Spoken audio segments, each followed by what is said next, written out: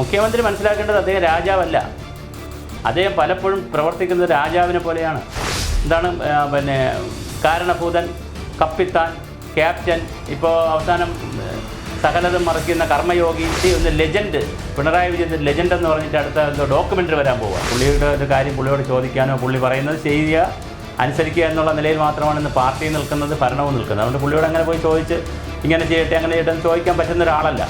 ഒരു കീഴ്വഴക്കമാണ്, ഒരു ഹൈറാർക്കിയൽ ഒരു ബന്ധമൊക്കെ നമ്മൾ നോക്കും. പിന്നെ ഭരണഘടനാപരമായും അത് ശരിയല്ല, കീഴ്വഴക്കങ്ങളുടെ അടിസ്ഥാനത്തിലും ശരിയല്ല. എം.എ. ബേബിയെ മാറ്റി നിർത്തിക്കൊണ്ട് എം.എ. ബേബി മാറ്റി നിർത്തുക എന്ന് പറഞ്ഞാൽ ഏറ്റവും പുറകില ഒരു 6-7 അദ്ദേഹം 3ാമത്തെ റോ ബാക്കിലാണ് നിന്നത്. ഇതൊക്കെ നടക്കുന്ന കാര്യങ്ങളല്ല. പക്ഷേ പിണറായി വിജയൻ ഇതൊക്കെ നടത്തിയെടുക്കുന്നു എന്നുള്ളതാണ് അദ്ദേഹം. മീറ്റിംഗ് രണ്ടായിട്ട് കാണണമായിരുന്നു. പക്ഷെ മുഖ്യമന്ത്രിയോട് നടത്തിയ മീറ്റിങ്ങിൽ ആരും കയറി ഇരിക്കുകയാണ്.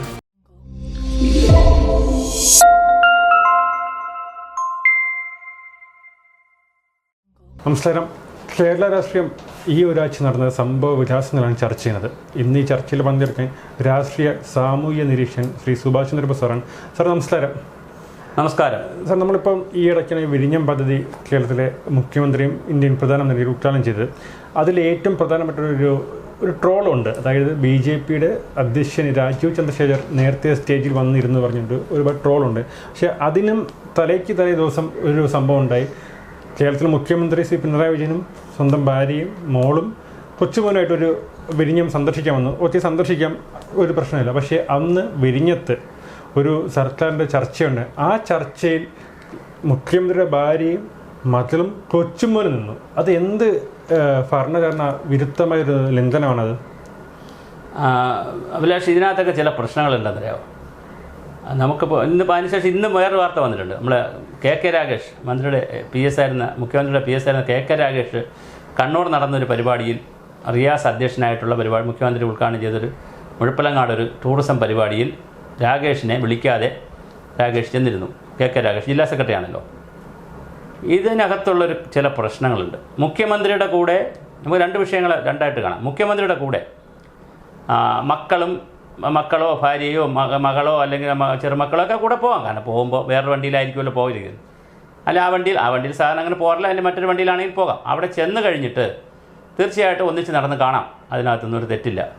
നടന്ന് കഴിഞ്ഞതിന് ശേഷം ബാക്കി ഡ്രിങ്ക്സോ അല്ലെങ്കിൽ റിഫ്രഷ്മെൻ്റ് എടുത്തുകൊണ്ടോ അല്ലെങ്കിൽ ഫുഡ് കഴിച്ചുകൊണ്ടോ ബാക്കി സ്ഥലങ്ങളിലൂടെ നടന്ന് കാണാനായിട്ട് അവിടുത്തെ CEO ബന്ധപ്പെട്ട ആരെങ്കിലും ചുമതലപ്പെടുത്തിയതിന് ശേഷം മുഖ്യമന്ത്രി എന്ത് ചെയ്യണമായിരുന്നു? മീറ്റിംഗ് നടത്തണമായിരുന്നു. മീറ്റിംഗ് രണ്ടായിട്ട് കാണണമായിരുന്നു. പക്ഷെ മുഖ്യമന്ത്രിയോട് നടത്തിയ മീറ്റിങ്ങിൽ ആരും കയറി ഇരിക്കുകയാണ്? നമ്മുടെ ചെറുമോനും മോളും ഒക്കെ കയറി ഇരിക്കുകയാണ്, ഭാര്യയൊക്കെ. അതൊരു ഔചിത്യക്കേട്, ഒരു അനൗചിത്യമുണ്ട്. അതങ്ങനെ ചെയ്യുന്നത് ശരിയല്ല.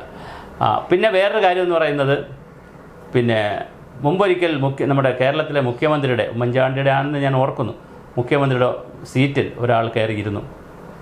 അപ്പോൾ അത് പിന്നെ മാനസിക രോഗം എന്നൊക്കെ പറഞ്ഞിട്ട് അറസ്റ്റ് ചെയ്ത് വേറെ രൂപത്തിലേക്ക് പോയി. അപ്പോൾ നമ്മളൊരു കസേരയ്ക്ക് പോലും അധികാരത്തിൽ വലിയ വില കൊടുക്കാറുണ്ട്. ഇപ്പോൾ മുഖ്യമന്ത്രി ടൂർ പോകുമ്പോൾ അല്ലെങ്കിൽ ദൂരെ പോയിരിക്കുമ്പോൾ മന്ത്രിമാർക്ക് ചാർജ് കൊടുക്കും. ആ മന്ത്രിമാരാരും കയറി മുഖ്യമന്ത്രിയുടെ സീറ്റിലിരിക്കാറില്ല.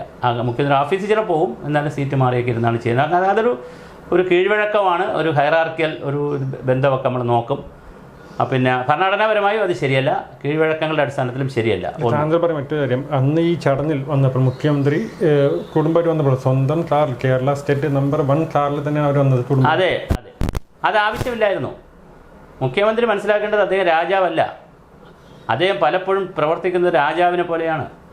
അദ്ദേഹം കാരണഭൂതൻ എന്ന് പറഞ്ഞ് തിരുവാതിര എടുത്തപ്പോൾ അതിനെ പ്രോത്സാഹിപ്പിച്ച ആളാണ്. കമ്മ്യൂണിസ്റ്റ് പാർട്ടിയിലൊക്കെ അത് ചരിത്രത്തിൽ എവിടെയെങ്കിലും കേട്ടുകേൾവിയുണ്ടോ? ഒരു സ്ഥലത്തും കേട്ടുകേൾവിയില്ലാത്ത കാര്യങ്ങളല്ലേ.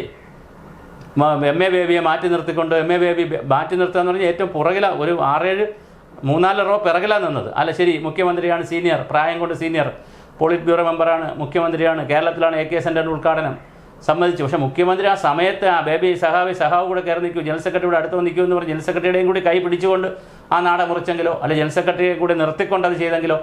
അദ്ദേഹം 3ാമത്തെ റോ ബാക്കിലാണ് നിന്നത്. ഇതൊക്കെ നടക്കുന്ന കാര്യങ്ങളല്ല. പക്ഷേ പിണറായി വിജയൻ ഇതൊക്കെ നടത്തിയെടുക്കുന്നു എന്നുള്ളതാണ് അദ്ദേഹത്തിൻ്റെ വിജയം. സ്വയം തന്നെ ഞാനാണ് രാജാവ്, എനിക്ക് മേലെ ആരും വരാൻ പാടില്ല എന്നൊരു നിയമം. ഇപ്പൊ കായിൽ തുടങ്ങുന്ന എല്ലാ അക്ഷരങ്ങളും അദ്ദേഹത്തിന് വന്നല്ലോ. എന്താണ് കാരണഭൂതൻ, കപ്പിത്താൻ, ക്യാപ്റ്റൻ, ഇപ്പോൾ അവസാനം സകലതും മറിക്കുന്ന കർമ്മയോഗി, വാസവൻ പറഞ്ഞല്ലോ. അപ്പോൾ ഇതെല്ലാം അദ്ദേഹം എൻജോയ് ചെയ്യാണ്. അപ്പോൾ അത് ഒരു സുഖമുള്ള കാര്യമല്ല. മുഖ്യമന്ത്രി വേറൊരു തരത്തിലേക്ക് ഒരു രാജാധികാരത്തിൻ്റെ, രാജാക്കന്മാരും ഇങ്ങനെയൊന്നുമല്ല, രാജാക്കന്മാർ നികുതി പണം മാത്രമല്ല ജനാധിപത്യമാണല്ലോ ഒന്ന്. രണ്ടാമത് ജനങ്ങളെ നികുതിപ്പണം, ജനാധിപത്യം, അതിനേക്കാളൊക്കെ ഒരു കമ്മ്യൂണിസ്റ്റ് പാർട്ടിയാണ് ഇത്. ഒരു മാർക്സിയൻ സിദ്ധാന്തത്തിൽ വിശ്വസിക്കുന്ന പാർട്ടിയാണ്. ഇപ്പോൾ അദ്ദേഹത്തിന് വേണ്ടി ഒന്ന് ലെജൻഡ്, പിണറായി വിജയൻ ലെജൻഡ് എന്ന് പറഞ്ഞിട്ട് അടുത്ത എന്തോ ഡോക്യുമെൻ്ററി വരാൻ പോവുകയാണ്. അതിൻ്റെ പേരിൽ സെക്രട്ടേറിയറ്റ് സ്റ്റാഫ് തമ്മിൽ അടിയുണ്ടാക്കി 50 പേര് ഇറങ്ങിപ്പോയി, വേണ്ട വഴക്ക് അവിടെ നടക്കുന്നു, അത് വേറെ കാര്യം. പക്ഷെ ഇതൊക്കെ സംഭവിക്കുകയാണ് ജനാധിപത്യത്തിൽ, ഇതെല്ലാം സംഭവിക്കുകയാണ്. എൻ്റെ ഓർമ്മയിൽ, ഞാൻ ഈ മാധ്യമ രംഗത്ത് വന്ന സമയത്തുള്ള എൻ്റെ ഓർമ്മ വെച്ച് പറയുകയാണെങ്കിൽ കേരളത്തിൽ പല മുഖ്യമന്ത്രിമാർ വന്നിട്ടുണ്ട്. EMS തൊട്ട് ഇപ്പോൾ പിണറായി വിജയൻ വരെ വന്നിട്ടുണ്ട്. എൻ്റെ ഒരു കാരണം കേരളത്തിൽ ഒരു മുഖ്യമന്ത്രിയെ പറ്റിയ വാഴ്ത്തിപ്പാട്ട് ഞാൻ കേട്ടിട്ടില്ല. ഇലക്ഷൻ സമയത്തുണ്ട്, ഇലക്ഷൻ സമയത്ത് രാഷ്ട്രീയ പാർട്ടിയിൽ പല പേടി കോമഡി പാട്ടുകൾ, ഒരു മുഖ്യമന്ത്രി വാഴ്ത്തി പറഞ്ഞ പാട്ട് എൻ്റെ ഓർമ്മയിൽ ഞാൻ കേട്ടില്ല. ഓർമ്മ വന്നിട്ടില്ല. പരമാവധി വന്നു പോയാൽ ഈ KR ഗൗരി നമ്മെ നയിക്കട്ടെ എന്നൊക്കെ പറഞ്ഞിട്ട്, MA ബേബി നയിക്കട്ടെ എന്നൊക്കെ പറഞ്ഞ് നയിക്കുന്നു എന്നൊക്കെ പറഞ്ഞുള്ള പാട്ടുകളല്ലാതെ ഇതുപോലെ ഒരു മുഖ്യമന്ത്രിയെ അല്ലെങ്കിൽ കാരണഭൂതനാണ് എന്നൊക്കെ പറഞ്ഞ് അങ്ങനെ വാഴ്ത്തിപ്പാടും അങ്ങനെയൊന്നും വന്നിട്ടില്ല. അങ്ങനെ വന്നാൽ ഞാൻ വേറെ കാര്യം പറയാം. ഇതേ മുഖ്യമന്ത്രി തന്നെ നമ്മുടെ KK ശൈലജ ടീച്ചർ അവാർഡ് കിട്ടിയല്ലോ, അവാർഡ് വാങ്ങണ്ടെന്ന് പറഞ്ഞു. അതേസമയം അതേ അവാർഡ് മുഖ്യമന്ത്രിക്കായിരുന്നെങ്കിൽ കൃത്യമായി പോയി വാങ്ങിയേനെ, അല്ല ഗവൺമെൻറ്റിനായിരുന്നെങ്കിൽ പോയി വാങ്ങിയേനെ. ശൈലജ ടീച്ചറിനെന്ന് പറഞ്ഞുകൊണ്ടാണ് വാങ്ങണ്ടെന്ന് പറയുകയും ചെയ്തു. അവരെ മന്ത്രിസഭയിൽ പോലും ഉൾപ്പെടുത്തിയില്ല. അതുപോലെ തന്നെ ഈ CPM പാർട്ടിയിൽ ഈ പ്രായപരിധിയാണ്. പക്ഷേ പിണറായി വിജയൻ അങ്ങനെ ഒരു പരിധി ശ്രീമതി തന്നെ മാറ്റിയിട്ട് എല്ലാവർക്കും പരിധിയുണ്ട്. ശ്രീമതി ഇന്ന് പറഞ്ഞത് ഞാൻ പാർട്ടിക്ക് വേണ്ടി സ്വന്തം കുടുംബം പോലും നോക്കാതെ മുന്നിട്ട് നിന്നിട്ടാണ് പാർട്ടി എന്നോട് ഇതേപോലെ പെരുമാറി. എന്താണ് ഇത്രയും പ്രത്യേകത? അതാ ഞാൻ പറഞ്ഞേ, ഇദ്ദേഹം വേറൊരു തരത്തിലേക്ക് ഇതിനെ വളർത്തിയെടുക്കുക, മരുമകനെ വളർത്തിക്കൊണ്ടുവരിക, അതിനുവേണ്ടി യുവത്വത്തിൻ്റെ കഥ പറയുക, അങ്ങനെ കുറേ കഥകളാണ് പുള്ളി ചെയ്യുന്നത്. പിന്നെ പുള്ളിയെ ചോദിക്കാൻ പറ്റത്തില്ല. പുള്ളിയുടെ ഒരു കാര്യം പുള്ളിയോട് ചോദിക്കാനോ, പുള്ളി പറയുന്നത് ചെയ്യുക, അനുസരിക്കുക എന്നുള്ള നിലയിൽ മാത്രമാണ് ഇന്ന് പാർട്ടി നിൽക്കുന്നത്, ഭരണവും നിൽക്കുന്നത്. അതുകൊണ്ട് പുള്ളിയോട് അങ്ങനെ പോയി ചോദിച്ച് ഇങ്ങനെ ചെയ്യട്ടെ അങ്ങനെ ചെയ്യട്ടെ എന്ന് ചോദിക്കാൻ പറ്റുന്ന ഒരാളല്ല. അപ്പോൾ പുള്ളി വേറൊരു ഭരണാധികാരിയാണ്, വേറൊരു ധാർഷ്ട്യത്തിൻ്റെയൊക്കെ ഒരു ഭരണത്തിൻ്റെ ഒരു വേറൊരു സ്വഭാവക്കാരനാണ് പുള്ളി. പിണറായി വിജയൻ ഭരണത്തിന് പറഞ്ഞ മുമ്പ് VS വരെ മുഖ്യമന്ത്രിയായ സമയത്ത് പാർട്ടിയും സർക്കാരും രണ്ടും രണ്ട് തെറ്റാണ്. പാർട്ടി പറയുന്നതാണ് സർക്കാർ ചെയ്യുന്നത്. ഇപ്പോൾ അങ്ങനെയല്ല, പാർട്ടി ഭരിക്കുന്നതും പിണറായി വിജയൻ തന്നെയാണ്.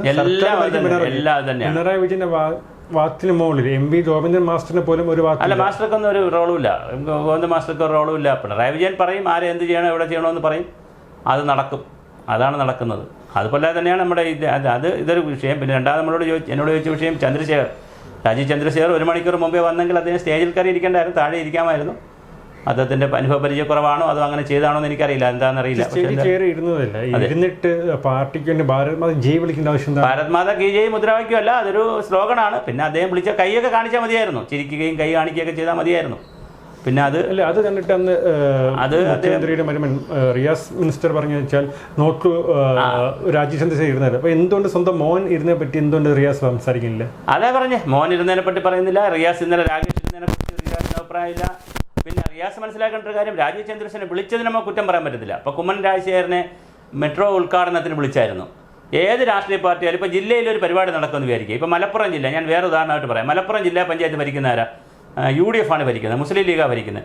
അവിടെ നടക്കുന്ന പരിപാടികളിലും പിന്നെ എല്ലാ പരിപാടികളിലും വിളിച്ചില്ലെങ്കിലും വളരെ പ്രധാനപ്പെട്ട പരിപാടികളൊക്കെ നടക്കുമ്പോൾ അവിടെ CPMൻ്റെ ജില്ലാ സെക്രട്ടറിയൊക്കെ ചിലപ്പോൾ മാത്രവും വിളിച്ചെന്നിരിക്കും. അത് സംസ്ഥാനം ഭരിക്കുന്ന പാർട്ടി എന്നുള്ള നിലയിൽ വിളിക്കും, കേന്ദ്രം ഭരിക്കുന്ന പാർട്ടി എന്നുള്ള BJP വിളിച്ചെന്നിരിക്കും. അതൊക്കെ പ്രാദേശിക തലത്തിൽ പലയിടത്തും സംഭവിക്കുന്നതാണ്. കേരളത്തിൽ എത്രയോ പരിപാടികളിൽ ഞാൻ തന്നെ പങ്കെടുത്തിട്ടുള്ള എത്രയോ പരിപാടികളിൽ ഉദ്ഘാടകനായിട്ട് ചിലപ്പോൾ അവിടുത്തെ സംസ്ഥാനം ഭരിക്കുന്ന പാർട്ടിയുടെയോ അല്ലെങ്കിൽ കേന്ദ്രം ഭരിക്കുന്ന പാർട്ടിയുടെയോ ആളുകളെയൊക്കെ ചിലപ്പോൾ വിളിക്കേണ്ടി, അത് സമ്മർദ്ദത്തിൻ്റെ ഭാഗമായി വിളിക്കേണ്ടി വരും. അതുകൊണ്ട് രാജീവ് ചന്ദ്രശേഖരനെ വിളിച്ചതിന് കുറ്റം പറയാൻ പറ്റത്തില്ല, പുള്ളി പോയതിനെ ഒന്നും പറയാൻ പറ്റത്തില്ല, നേരത്തെ പോയതിനും പറയാൻ പറ്റത്തില്ല.